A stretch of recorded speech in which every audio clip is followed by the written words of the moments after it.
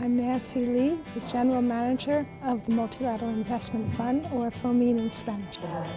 What we're learning at conferences like this and in a lot of research and practical experience is that there has to be a range of tools brought to bear to support women.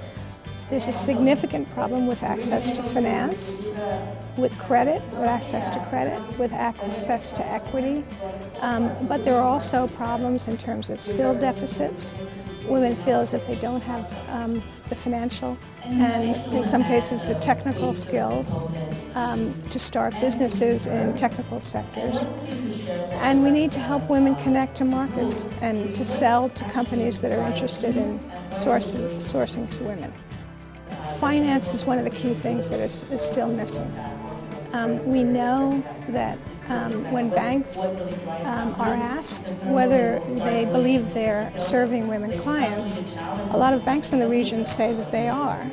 But if you ask the women clients whether they're being well served by banks, most of women-owned SMEs say they are not.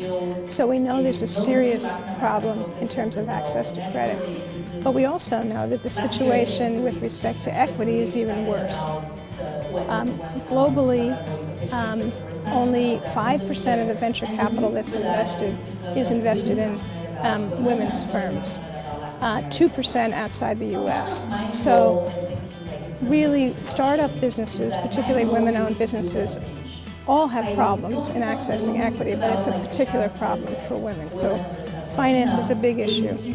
But we also see that women are underrepresented in university programs in science and technology and engineering, in math, and so they're less able to start businesses in IT fields, software fields, fields with high technology content, which means that they can't exploit opportunities for some of the firm creation with the highest growth potential. So skill deficit is another big issue. And then one other significant problem is that women have less access to professional networks that can give them the experience, the mentoring, the coaching, and even the ideas for accessing finance that men have that make starting and growing firms easier. And that's why having a gathering like WeXchange really fills a very important need, which we expect will have actually significant impact in terms of helping women entrepreneurs.